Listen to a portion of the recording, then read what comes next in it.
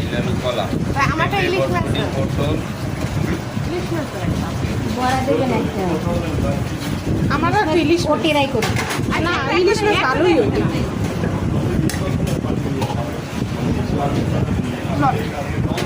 ইলিশ মাছ দেন আমারও আছে দেন সবজি করে দেন এদিকে নিলাম না কাঁচা কলা আমি বলেন এইটা